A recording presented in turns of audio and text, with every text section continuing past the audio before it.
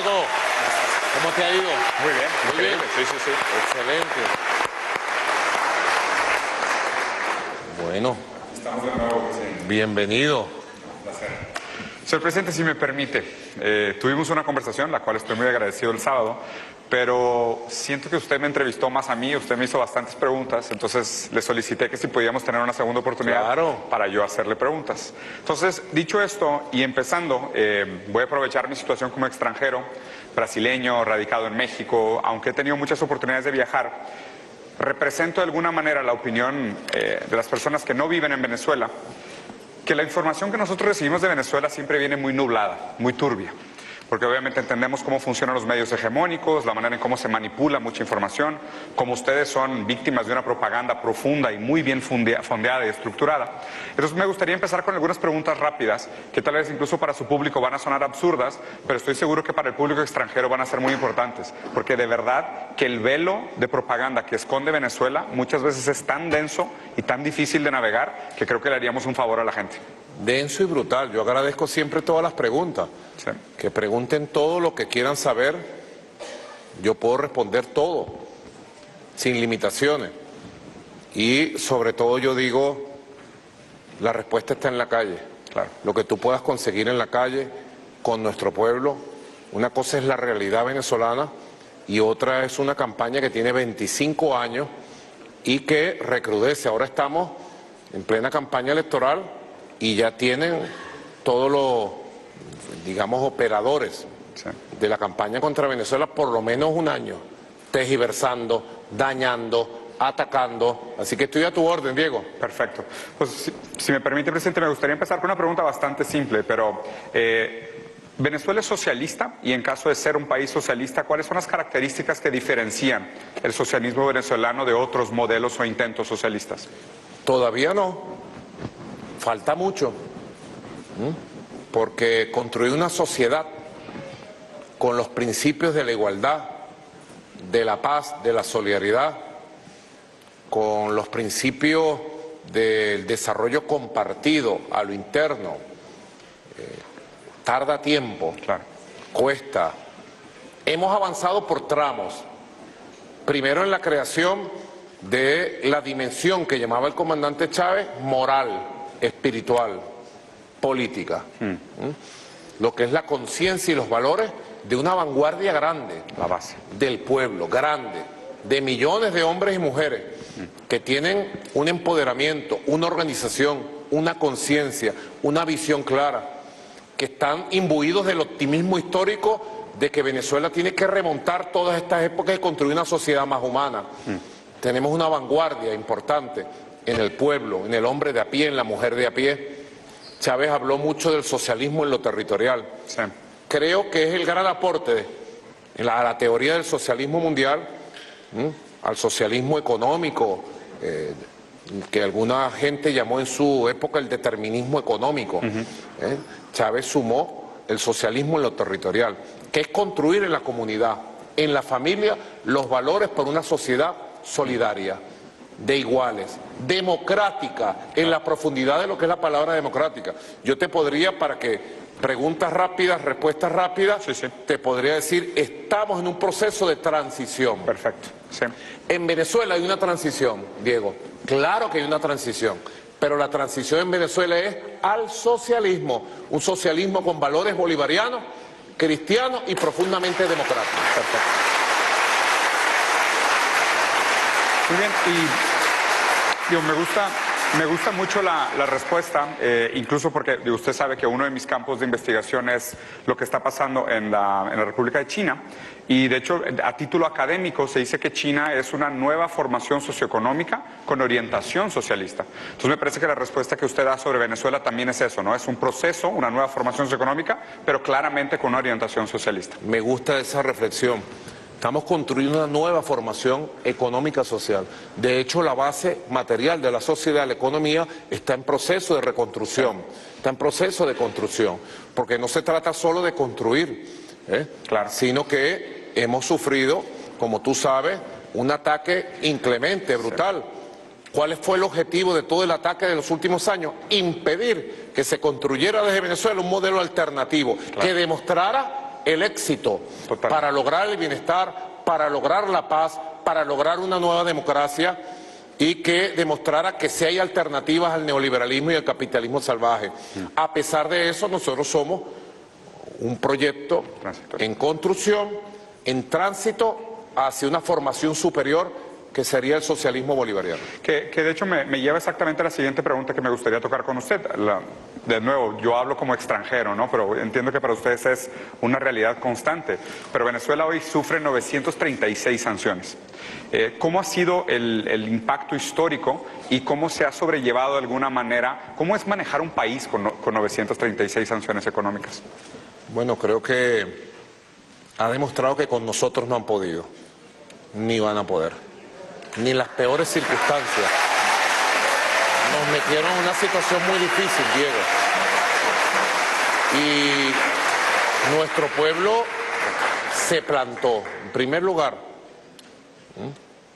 a veces dicen, no, Maduro, mira Maduro. El tipo es bravo, ¿vale? Mira cómo aguantó. Y yo digo, esos méritos no son de Maduro. Es del pueblo de a pie, es de la gente humilde, es de la gente de la calle, que tiene valores patrióticos, que tiene vergüenza nacional, que tiene vergüenza, que tiene decoro, que tiene honor, que tiene una fuerza espiritual de siglo y que bien conducido, pudiéramos decir, bien planificado, porque nosotros recibimos, yo te lo contaba la otra vez, nosotros pasamos de 56.000 millones de dólares de ingresos petroleros en un año a 700 millones de dólares el otro año.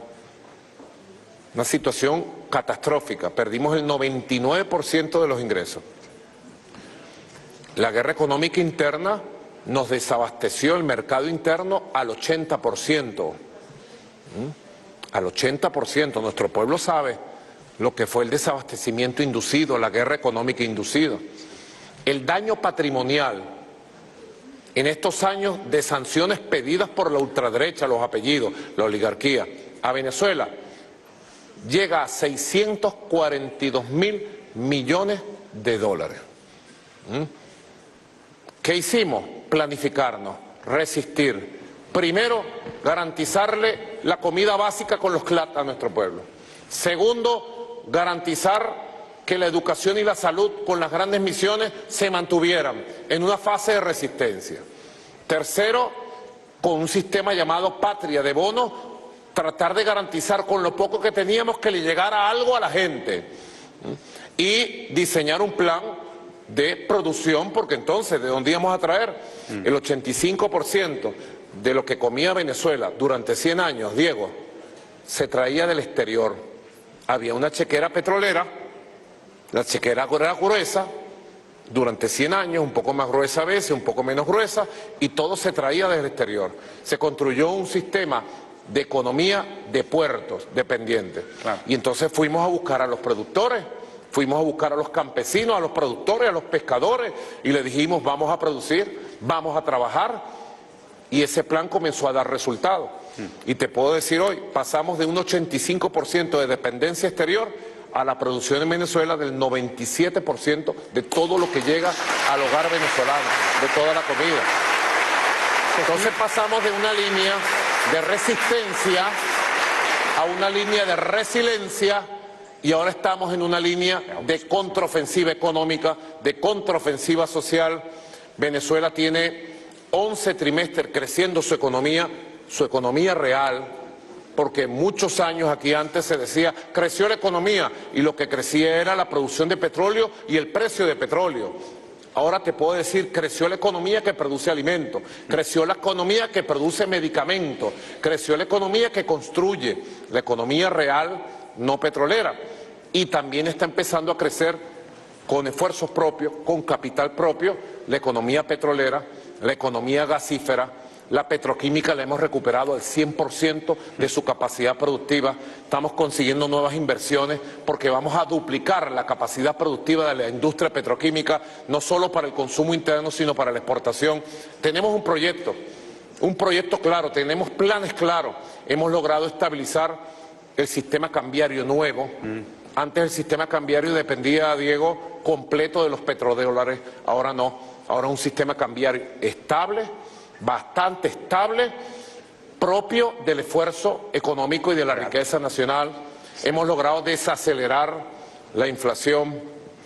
Yo te puedo decir, imagínate tú, dime un número. ¿Cuánto fue la inflación del año 2018, que fue uno de los años de mayor guerra económica y sanciones? En Venezuela, específicamente, sí. 150%. 220.000%, Diego. La inflación del 2019, 315.000%. La proyección de inflación de este año es la más baja en 14 años. La proyección en este momento es de 58%. Más baja. Así que ha habido un proceso de desaceleración con esfuerzo propio. Vamos logrando equilibrios necesarios para el funcionamiento de la economía, vamos logrando inversión interna nacional, vamos trabajando con las vísceras, como digo yo, y vamos recuperando de manera paralela el estado de bienestar social. Claro. Ejemplar único que nos dejó el comandante Chávez. Así que hemos pasado de la resistencia a la resiliencia y de la resiliencia a la contraofensiva económica y social. Usé el número 150% en referencia a Argentina, porque, digo, aparte ahorita es un ejemplo que también eventualmente me gustaría platicar con usted. Pero antes, tengo una pregunta más referente al tema de las sanciones, que es un comentario que he escuchado mucho de afuera, ¿no? Digo, a fin de cuentas las sanciones surgen como un tipo de castigo en contra de modelos alternativos, porque la hegemonía dominante no quiere modelos alternativos, entonces castiga y hace estas guerras económicas. Ahora, me parece un momento interesante para tener esta discusión, porque históricamente se decía, oye, las economías centralmente planeadas no tienen cómo competir contra las economías de libre mercado. Pero a diferencia de ese viejo debate podrido histórico que era puramente teórico, hoy tenemos una serie de referencias reales, siendo que nuestros hermanos mayores en la República de China tienen un ejemplo gigante y irrefutable de los resultados de las economías centralmente planeadas y la manera en cómo el socialismo instrumentaliza el mercado para alcanzar sus fines. ¿Por qué, si el modelo económico socialista no es competitivo con el modelo económico de libre mercado neoliberal, cuál es la necesidad de las sanciones? Las sanciones son un castigo colectivo para hacer colapsar económica y socialmente a los países, para ponerle las garras del poder a los países. En este caso, las sanciones fueron pedidas desde la dirección de la oligarquía de la derecha venezolana como una forma de que nos destruyeran con misiles desde afuera, para ellos desde adentro implosionar el país, protesta, colapso, violencia y supuestamente asaltar el poder político. Es un proyecto neofascista el que se ha aplicado contra Venezuela. Ahora, ellos no tomaron en cuenta que el comandante Chávez había formado una poderosa unión cívico-militar. Nosotros, a la par de la resistencia económica, a la par de la resistencia social, del proceso de resiliencia y ahora de contraofensiva económica y social, a la par de eso conquistamos la paz política, la paz social, con el pueblo como protagonista. En el año 2017, en medio de las sanciones, en medio de una agresión multiforme, nos lanzaron una cosa llamada las guarimbas. Nadie puede olvidar de eso. Intentaron durante 120 días acabar con el país, llevarnos al borde de una guerra civil para después justificar lo que después ellos hicieron, llamar a una invasión gringa o una invasión del TIAR, de la OEA, una invasión pues contra Venezuela, que Venezuela la tomaron tropas extranjeras, masacraran al pueblo revolucionario y ellos imponerse como ha sucedido en otras oportunidades en América Latina. Y nosotros en el 2017 diseñamos una estrategia constitucional, legal, política, basada en el poder popular, y en el 2017 recuperamos la paz y en el transcurso de todos estos años hemos consolidado una paz social, una seguridad interna, hemos logrado niveles de seguridad ciudadana, o sea que hemos trabajado en todos los frentes para nosotros avanzar en la consolidación de las bases espirituales, organizativas, estatales, sociales, políticas, de la construcción de una nueva sociedad. Ellos pretendieron con las sanciones matar la esperanza y yo les digo, fracasaron. Ahora la esperanza está en la calle.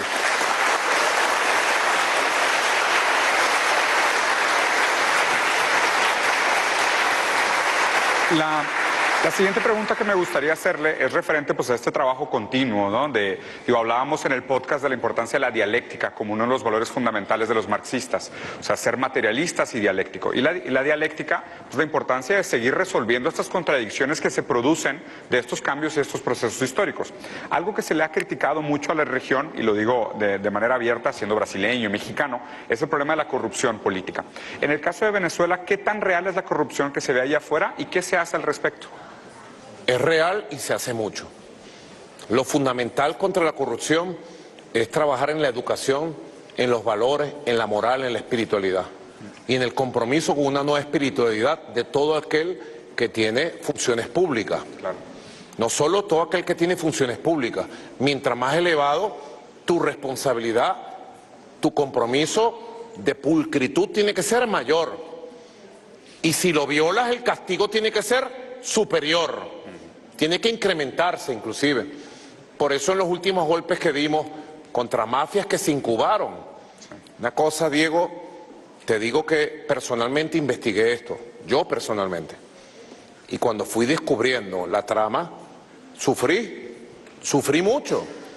De hecho, Silvia sabe, yo me enfermé. Yo duré un mes enfermo hace casi un año, sin parar el trabajo, por todo lo que descubría. Pero valió la pena, porque pudimos desentrañar las tramas de varias mafias, capturarlos, sacarlos de raíz y ahora castigarlos severamente, como he dicho yo, caiga quien caiga. Y mientras más alto, más dura la justicia tiene que ser. No hay intocables, es una verdadera revolución.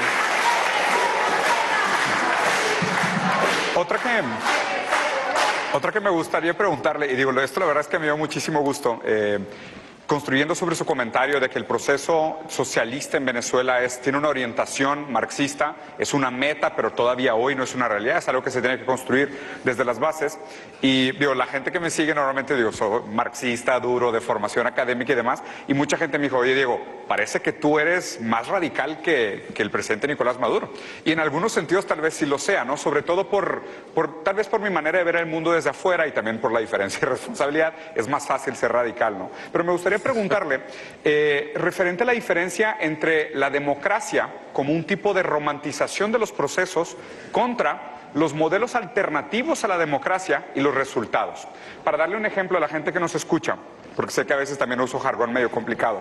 En Estados Unidos existe un 86% de acuerdo popular de que antes de comprar un arma en el supermercado, porque aparte la puedes comprar en el supermercado, la gente debería de tener algún tipo de investigación de antecedentes penales. 86% de la población de Estados Unidos está de acuerdo con eso desde hace 10 años. Tienen un problema gravísimo de violencia en las escuelas. Bueno, esa es una política pública que no cambia. Pero ellos se venden como la democracia, ¿no? La democracia liberal. Pero no se puede cambiar la política pública si está en contra del lobby de las empresas de armas, de la NRA y de lo que sabemos que funciona, de los intereses del capital. Por otro lado, democracias alternativas, como podría ser la de China, la de Rusia, que tal vez es más difícil ver la oscilación de poder o medir la oscilación de poder como nosotros la medimos, partido A, partido B, partido C, pero la política pública cambia todo el tiempo. Tienen una agilidad política y una tecnología política que se mueve mucho más rápido y da resultados infinitamente mayores para la base trabajadora que las democracias liberales que romantizan su proceso. O sea, democracia liberal no puede cambiar una ley que protege a los niños en las escuelas, y la democracia china que sacó 800 millones de personas de la línea de pobreza en 6 décadas, ¿no? ¿Cuál es tu lectura frente a la manera como chocan estos modelos y la romantización de la democracia contra las alternativas? La democracia es una necesidad, es un derecho humano, y la democracia nueva está por construirse. Nosotros en Venezuela estamos reinventando el modelo de democracia, y en la Constitución el comandante Chávez, por primera vez en 200 años de república, propuso y quedó constitucionalizado el concepto de democracia participativa y protagónica. Ir más allá de la democracia representativa, formal, pudiéramos ir más allá de lo que se conoció como la democracia burguesa, la democracia formal, la democracia de élite, la democracia que tú le das el poder con tu voto a alguien y esa persona hace 5 años, 6 años, 4 años lo que le da la gana y no le importa lo que están abajo. Correcto. Aquí se dieron los primeros pasos en 1999 y luego se han dado pasos gigantescos, porque surgió el concepto de los consejos comunales, de las comunas, de la democracia comunal. Y yo le decía el miércoles pasado a los voceros y voceras de 4.500 circuitos comunales, les decía, en Venezuela están haciendo una nueva democracia, la democracia directa, la democracia popular, la democracia del barrio, la democracia del vecino, de la vecina, la democracia de la consulta permanente. Ahora, que alguien diga que ese proceso es fácil, es rápido, ni fácil ni rápido, es un proceso de formación de la conciencia de una nueva democracia, que la gente sepa que la democracia no solamente ir a votar cada 3 años, 4 años, 5 años, que la democracia no solamente es una forma por aquí, una forma por allá, que la gente sepa que la democracia es el poder del pueblo, para el pueblo, con el pueblo, y que eso vaya creando nuevas instituciones.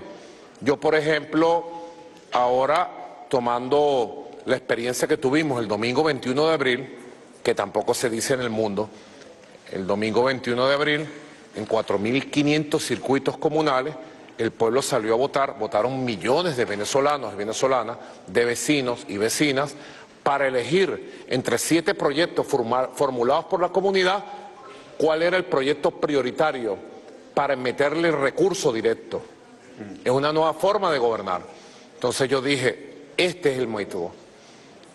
Ya lo hicimos una vez a nivel nacional, entonces he propuesto, vamos a hacerlo ahora trimestralmente.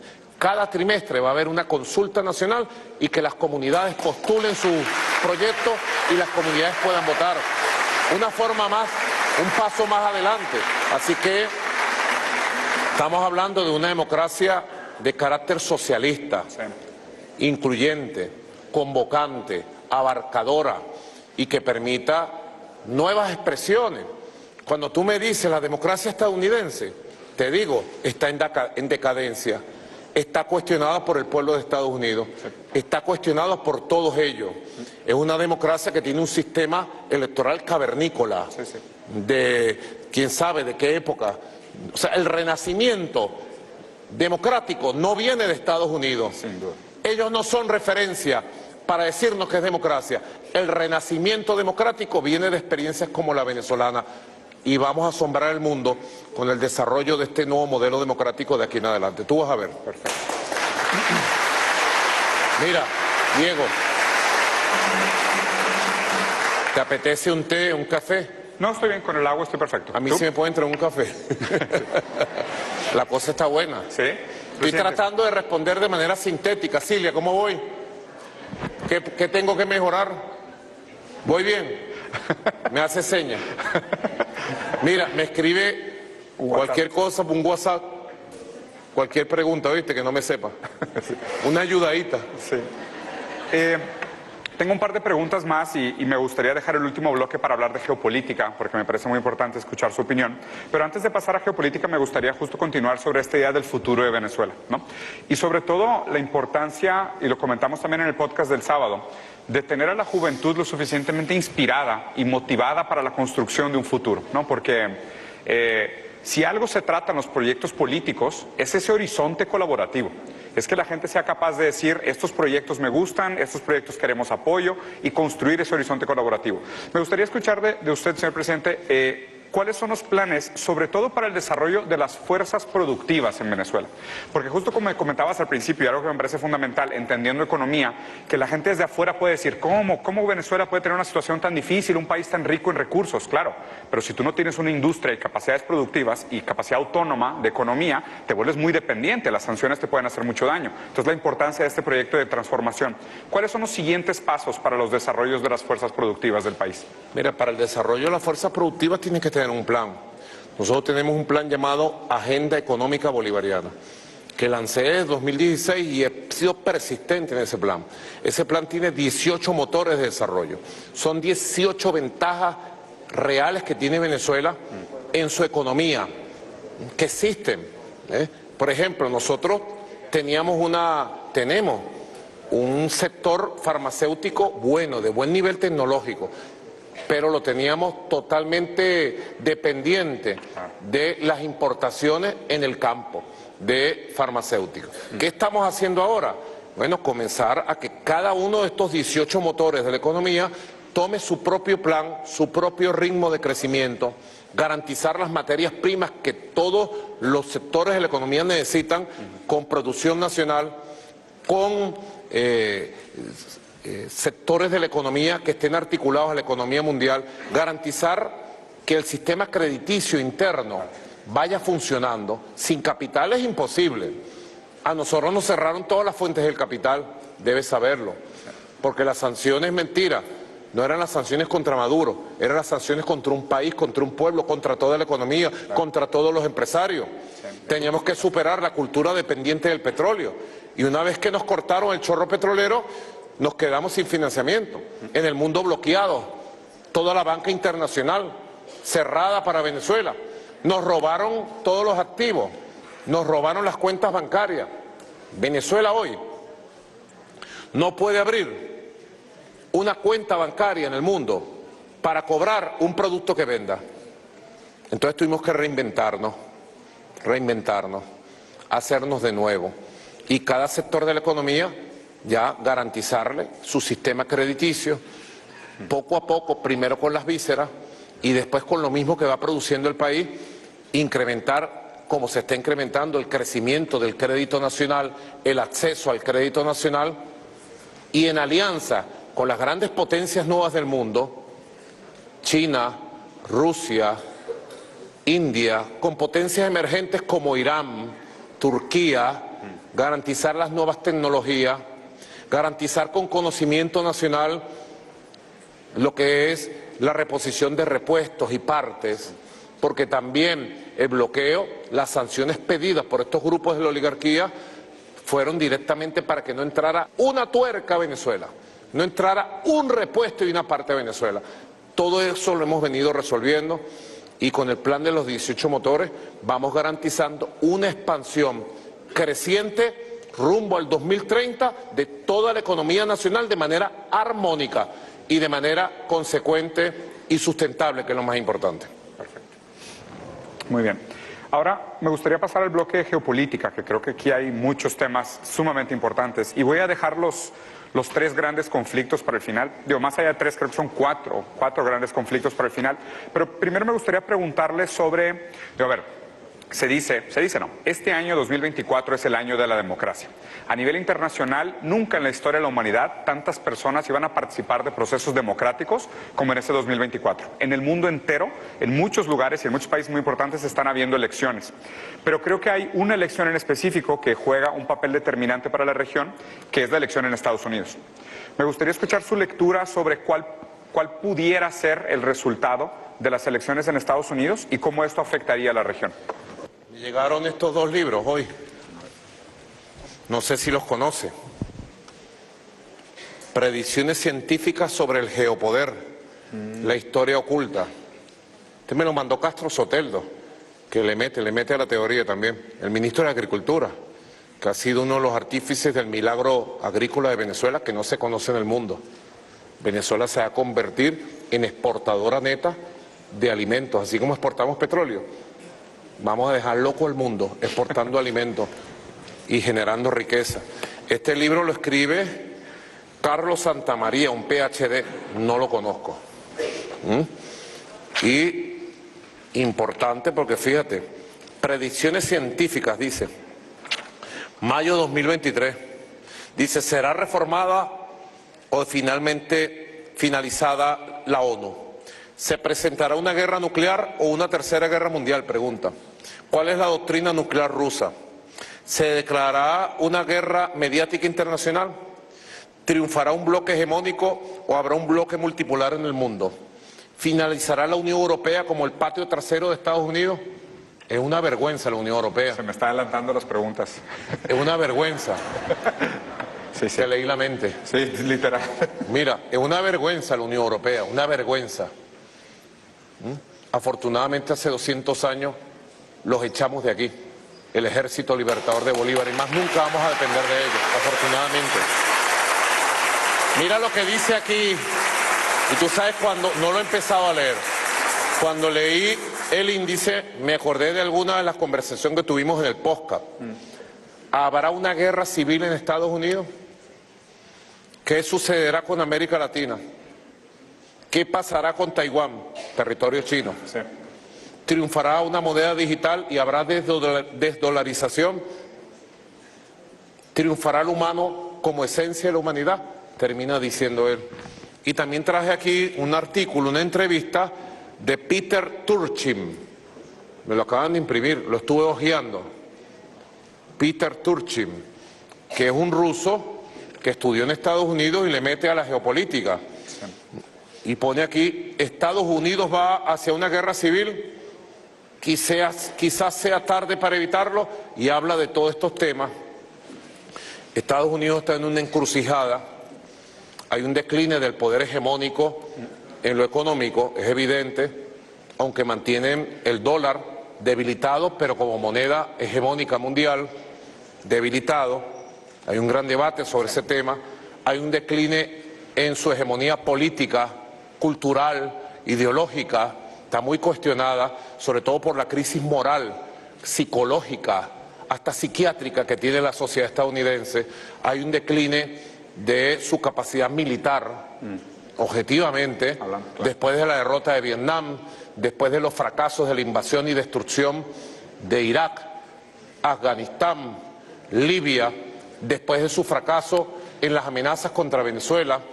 Así que hay un decline de lo que ellos llamaron el siglo americano, y eso se expresa en los partidos políticos, en los candidatos, y se expresa en la clase que domina y en el poder profundo, porque tú sabes que en Estados Unidos no mandan los presidentes, en Estados Unidos manda el aparato industrial, como decía, el aparato industrial militar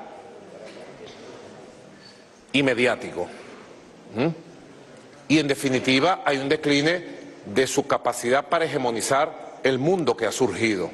Así que las elecciones de Estados Unidos serán una expresión de esa crisis. Vamos a ver qué sucede. Yo siempre le digo a nuestro pueblo, por adelantado siempre les digo, ¿qué pasará en Estados Unidos? No sabemos. Lo que hay que garantizar que pasa en Venezuela, que nosotros sigamos siendo libres, soberanos, independientes, teniendo nuestra fuerza revolucionaria. Eso es lo más importante.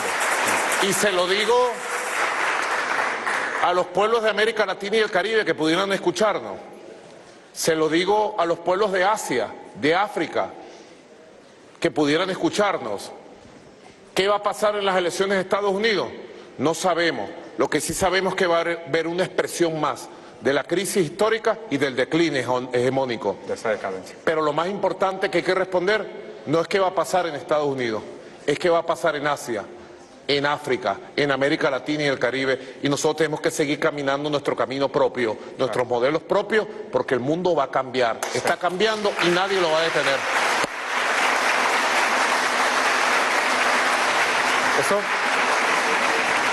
me gustaría conectarlo y aprovechar para felicitar a toda la gente, y qué energía tan bonita la música y la importancia de la expresión cultural. Muy bonito. Bueno, Hay que reconocerlo. tú estás en dos países musicales, Brasil y México. Sí, súper. No, y a ver, y es algo que llevamos en la sangre. Y lo que me parece muy bonito de esto, y conectarlo con lo que decías, hay muchos teóricos que dicen que la decadencia de los imperios se nota en la manera en cómo ya no producen nada nuevo artísticamente.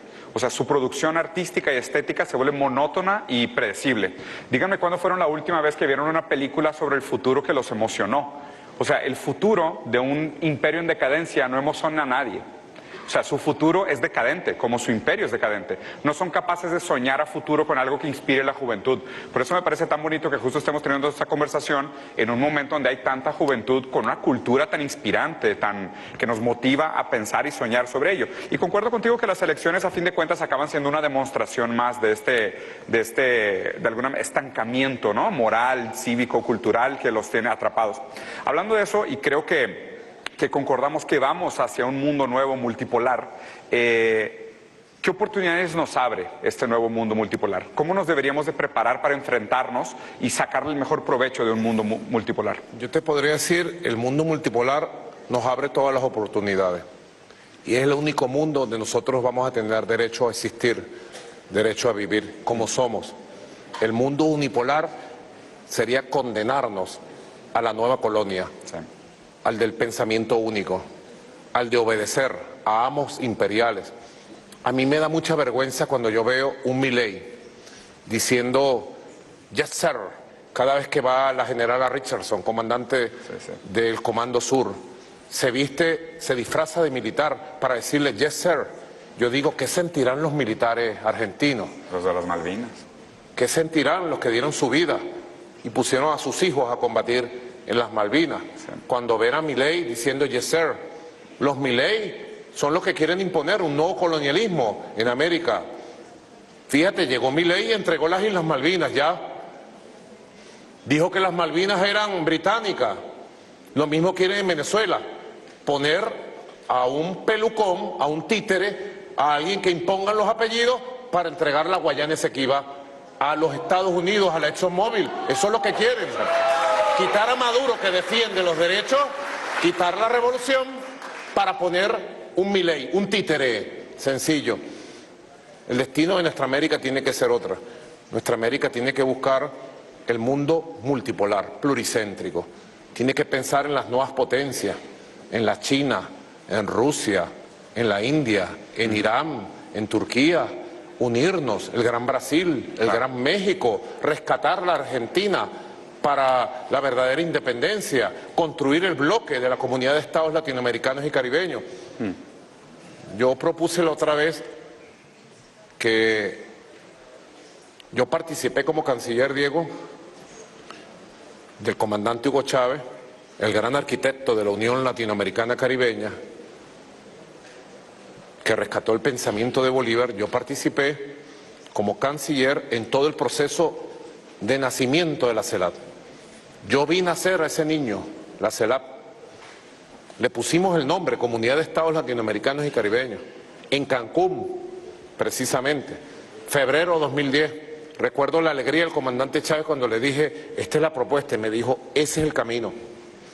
Y él fue que me dijo, recordé estos días hablando con Cilia, algo que yo rescaté, que le sale a uno del subconsciente, pero después me puse a pensar, claro, si esto fue lo que me dijo Chávez cuando hablé con él, lo llamé desde Cancún, México.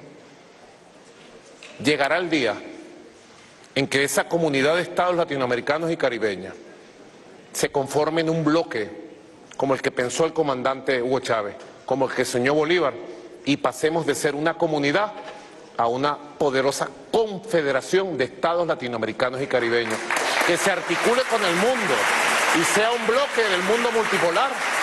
Esos son los sueños que nos mueven a nosotros, Diego, y los vamos a lograr. No, y comparto ese sueño, sinceramente, aquí desde mi postura muy marxista, que realmente para tener un cierto nivel de poder geopolítico se requiere también de volumen. O sea, no existen bloques geopolíticos con menos de 300 millones de habitantes y con capacidades productivas menores a las necesarias para competir del juego de poder internacional. Entonces, es fundamental. De hecho, un tema que habíamos quedado pendientes de platicar era sobre las 7 izquierdas. Mira, lo estoy anotando aquí. ¿En serio? Por si se te olvidaba, mira. No. ¿Cómo crees? 7 generaciones más 5. Aquí está. Entonces, digo, yo le comenté al presidente en el primer podcast que uno de mis campos de estudio son las 7 generaciones de la izquierda. Las 6 generaciones de la izquierda fundamentales, para la gente que no las había escuchado, es primero la izquierda jacobina, que viene después de la primera revolución francesa. Correcto, la jacobina, que impulsó la revolución de los jacobinos negros, 1804. Exactamente. 1 de enero de 1804, Haití, nuestra gran Haití. Correcto. La segunda generación de izquierda es la izquierda liberal, que es la guerra de independencia española, que lo que produce como formación sociopolítica son las naciones hispanoamericanas. Después viene la tercera generación de izquierda, que es la primera internacional, que es el comunismo libertario. Los anarquistas, así como Frei Ñañez. La cuarta generación de izquierda, que es la socialdemocracia, que viene después de la segunda internacional y que crea nuestro modelo de estados de bienestar. La quinta generación de izquierda, que es la marxista-leninista, que es la comunista tal cual, que surge con la Revolución Rusa, que es la dictadura del proletariado. La sexta generación de la izquierda, que es de izquierda asiática, que más bien le da una voz a la alianza entre campesinos y proletarios, pero incluso dándole un poder mayor a los campesinos que a los proletarios, que tiene mucho que ver con las condiciones materiales de China. Pero la séptima generación de izquierda, que esto solo se ha platicado a nivel teórico, es la que puede surgir en un nuevo mundo multipolar, bajo una diferente presión internacional, en el bloque latinoamericano. Esa debería de ser la séptima generación de izquierda. Yo pudiera hacerte aquí un agregado. Por favor. Digo, no es mía la teoría, pero tomo nota. De acuerdo con la teoría jacobina, la segunda generación, Chávez decía que Bolívar, Simón Rodríguez, los libertadores y las libertadoras, y nos consta, se pudieran llamar precursores del socialismo, porque Bolívar propugnó la igualdad, la libertad, la superación del esclavismo, la construcción del republicanismo, entendido como un estado de la igualdad, de la democracia real. Y nosotros tuvimos en Venezuela una generación previa a Bolívar, donde estuvo una gran mujer, Josefa Joaquina Sánchez, la gran Josefa Joaquina Sánchez, su esposo José María España, que si tú lees, consíguemelo, Ñañez, para regalárselo a Diego, el manifiesto que le encontraron cuando le allanaron la casa y se lo llevaron preso y luego lo descuartizaron, el Imperio Español, el manifiesto con que ellos iban a gobernar era un manifiesto esencialmente socialista, igualitario. Sí. Claro. Ahora, tercera generación la anarquista, correcto. La cuarta generación la socialdemócrata, correcto. La quinta generación la revolución rusa, correcto. Pero aquí faltaría quizás una generación de izquierda que surgió en el mundo, sobre todo en América Latina, que es la generación que surge de la Revolución Cubana en 1959. Claro, que viene después de la China. Yo podría decir, la izquierda revolucionaria, que movió todos los dogmas, acabó con todos los dogmas y demostró a países pequeños de América Latina y del Caribe y del llamado tercer mundo que se podía tomar el poder, se podía construir un proceso diferente a 90 millas del imperio norteamericano. Sí, sí, sí. Y creo que se alinea muy bien, porque si se fija, justo la Revolución China de 1949 da el antecedente de que eventualmente la séptima generación de izquierda pudiera ser latinoamericana, como usted muy bien lo dice. Algo que comparten los movimientos de izquierda a nivel internacional es que suelen ser una superación dialéctica del antiguo régimen. Y extrañamente, y me lleva a la siguiente pregunta, es que los movimientos de derecha, al contrario de la izquierda que trata de superar dialécticamente los antagonismos del antiguo régimen, la derecha trata de preservar esas ventajas estructurales. La derecha normalmente, al ser reaccionaria, trata de buscar que aquellas ventajas y privilegios sistémicos que se construyen para la oligarquía o para el feudo o para el rey se mantengan en su lugar. Entonces normalmente la izquierda busca dialécticamente hacer una superación de los antagonismos y la derecha busca regresar y mantener las ventajas estructurales del antiguo régimen. Y en ese sentido me gustaría preguntarles, ¿qué hacemos frente al riesgo de la nueva derecha en Latinoamérica? Primero, desnudarlos, que quede desnudo Milei frente al mundo, que quede desnudo Bolsonaro, que quede desnudo Iván Duque con todos sus crímenes. Eso es lo que llaman nueva derecha. La palabra nueva siempre es progresista. Y nueva derecha suena como... nueva derecha, nuevo colonialismo, pareciera bueno. No, al final, mira, yo te digo, el proyecto de ellos es el más peligroso que nosotros hemos visto en 100 años. No es tan criminal todavía como las dictaduras de los años 60 y 70, Franco, de Pinochet, de Videla, de Bordaberry, etcétera, etcétera. No es tan criminal directamente a fusil, tortura, desapariciones, pero es tan criminal en lo económico, es brutal y es criminal porque está destruyendo el Estado Nacional. Está abriendo las compuertas y está haciendo el trabajo sucio, Milei, para convertir a la Argentina en una colonia de los Estados Unidos de Norteamérica. Argentina es un país muy poderoso para el continente, siempre lo fue. Si tú revisas la historia de la independencia contra el Imperio Español, sin la independencia de las provincias de La Plata, de lo que es Argentina hoy, hubiera sido muy difícil que se consolidara la independencia de lo que después fue Bolivia, Perú, Ecuador, Colombia, Panamá y Venezuela. El gran libertador del sur, José de San Martín, hizo un trabajo extraordinario, construyó ejército, derrotó, acabó con el imperio español en el sur de Sudamérica y después se encontró con el gran ejército de Bolívar y los dos hicieron la tarea maravillosa de libertar con las armas en la mano a un imperio que tenía 300 años aquí. Claro. Hoy pudiera suceder algo parecido. Necesitamos de la fuerza del sur, de Argentina, del Uruguay, de Chile, de Brasil, para que se una a la fuerza del Caribe. Nosotros caribeños tenemos que utilizar nuestro verbo, nuestra palabra, para denunciar, para dejar desnuda a esa derecha y para construir alternativas que motiven la conciencia hacia el futuro. Y creo que en esa dirección estamos. Y estoy seguro, yo confío mucho, yo siempre le digo al pueblo argentino, lo conocemos muy bien,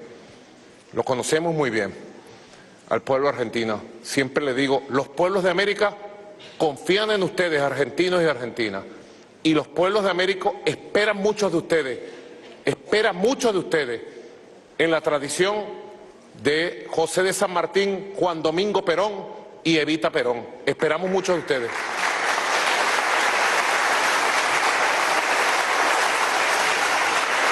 ¿Dos preguntas más, está bien? Adelante. Sí.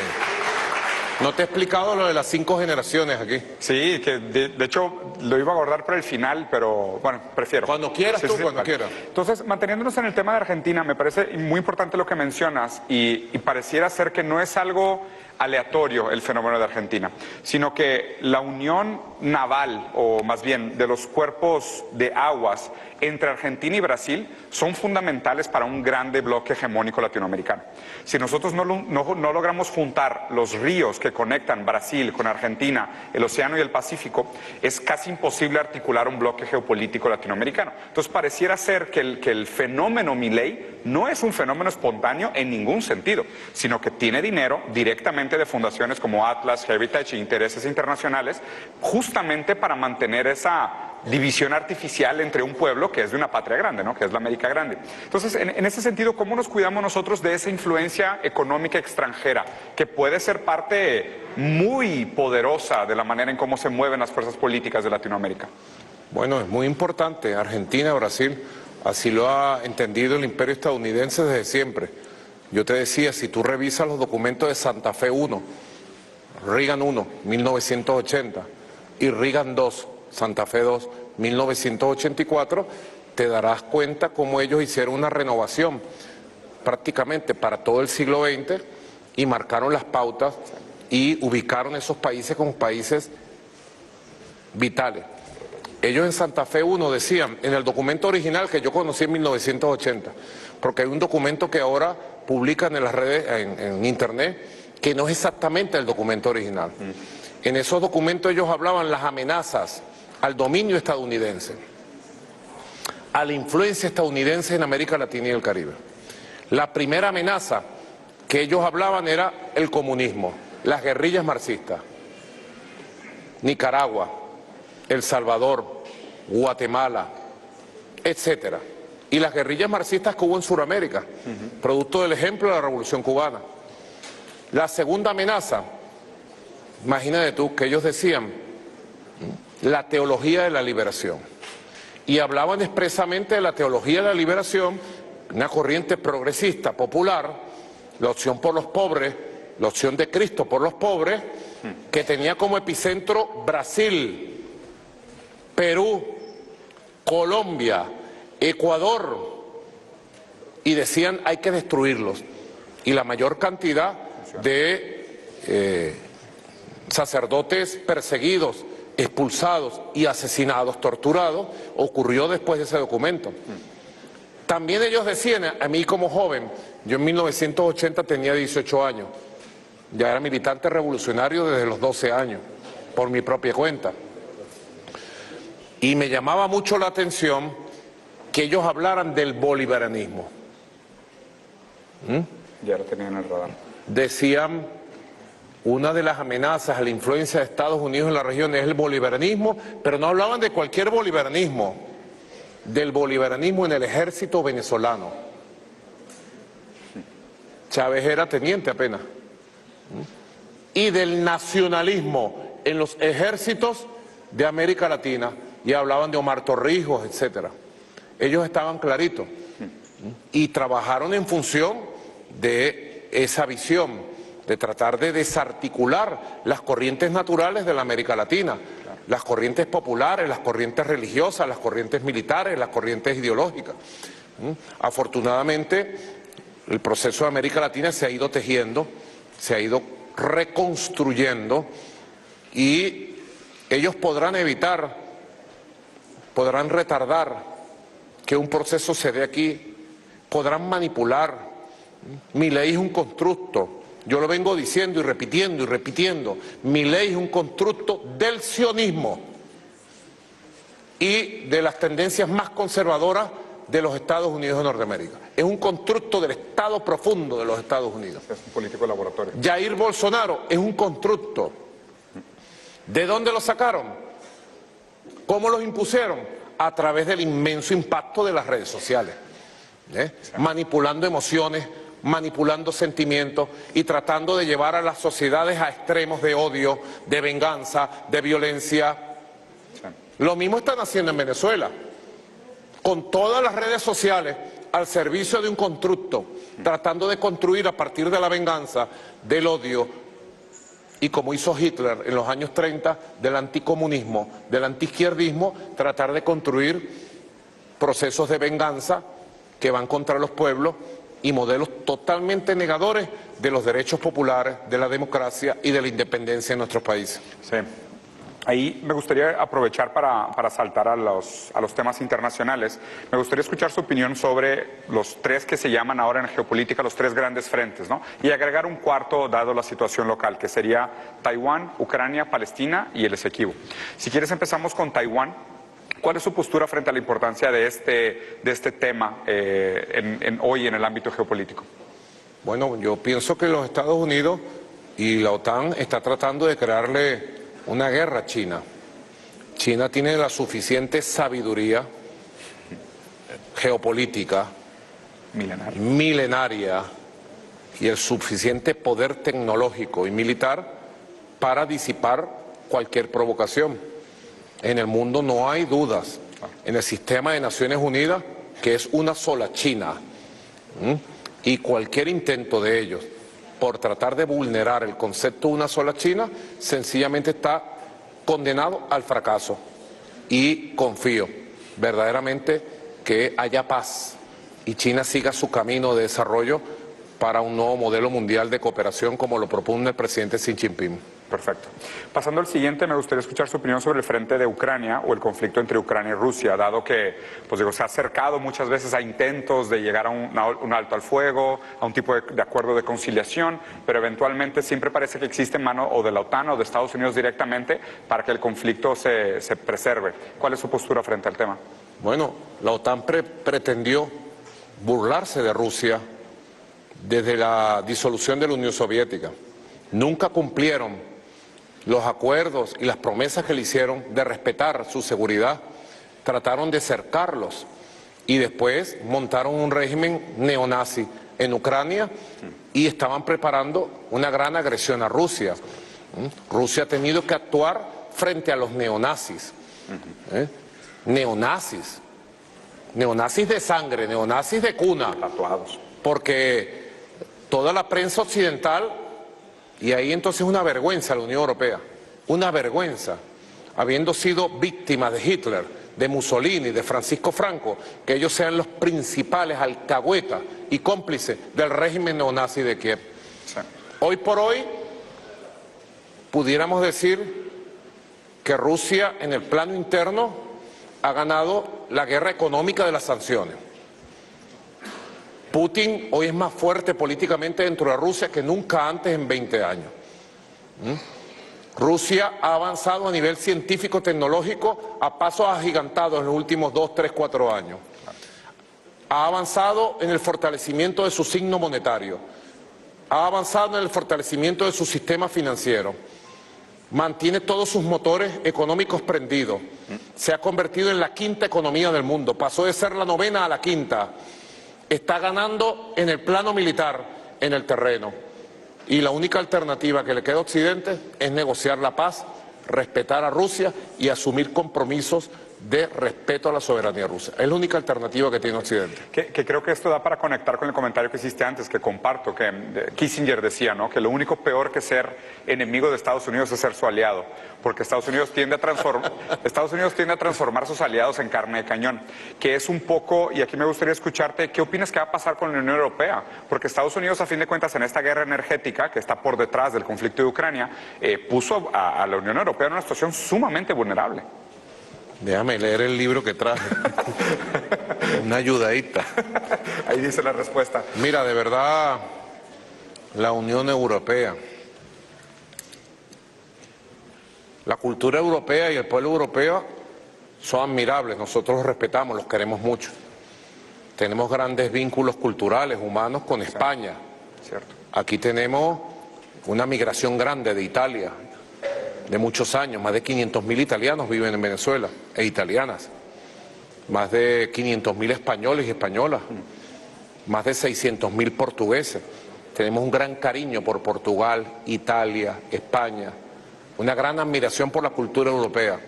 Pero las élites que gobiernan Europa son unos descerebrados. Es la peor dirigencia política en los últimos 100 años en Europa. Lo peor de lo peor están en el poder hoy por hoy en Europa. Salvo excepciones, que siempre hay excepciones. Excepciones respetables, que las respetamos. Pero quienes toman las decisiones de la Unión Europea, no entiendo, no puedo entender. Lo que están haciendo ¿Por qué se arrastran a los intereses de Estados Unidos y van contra los intereses de sus propios pueblos? No lo puedo entender.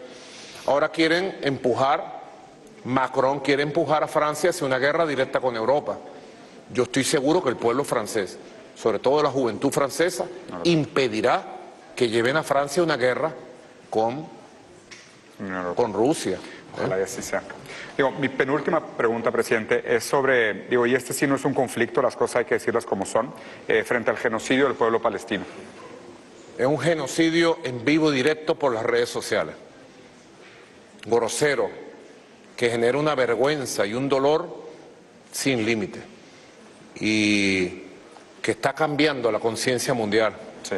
Está cambiando la conciencia. En base al dolor, a la muerte, a la sangre. Cómo se matan con misiles de alta precisión, de la más alta tecnología, a mujeres con sus niños recibiendo ayuda, comida, y se les apunta con inteligencia artificial.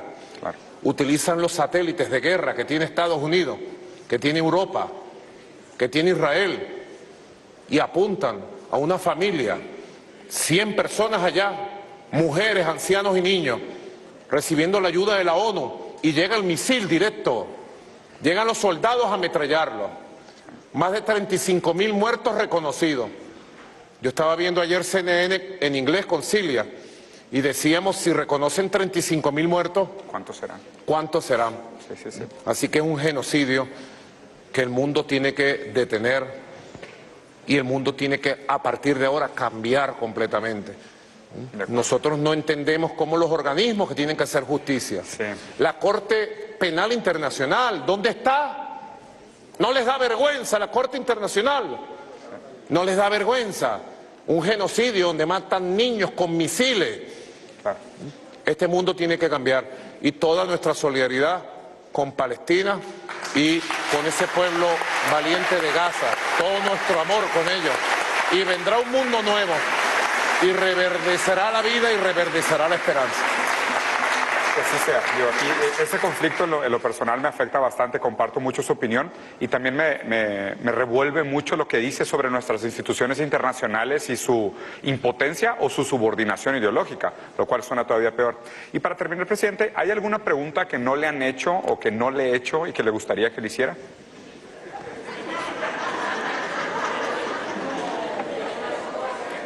Yo creo que está pendiente un nuevo podcast. Bueno. Está pendiente un nuevo podcast, ¿verdad? Si la gente lo quiere, yo encantado. Bueno, Vamos a abrir un concurso. ¿Qué preguntas hay que hacerle a Maduro? ¿Qué preguntas hay que hacerle a Diego? Y te vienes dentro de un mes, Acepto. ¿verdad? Encantado. Bueno, te agradezco mucho esta presencia en No, hombre, Venezuela. al contrario, De verdad, presidente, ha un sido muy placer. fructífera. He aprendido Público. mucho de ti. No, hombre, ¿cómo cree? Al contrario, te Gracias. agradezco mucho. Gracias. Presidente, muchas gracias. Un saludo a tu familia. Te agradezco Gracias. muchísimo, de verdad. Gracias. Muchas gracias a todos. Gracias. Y ahora vamos al segmento con Maduro más Pueblo.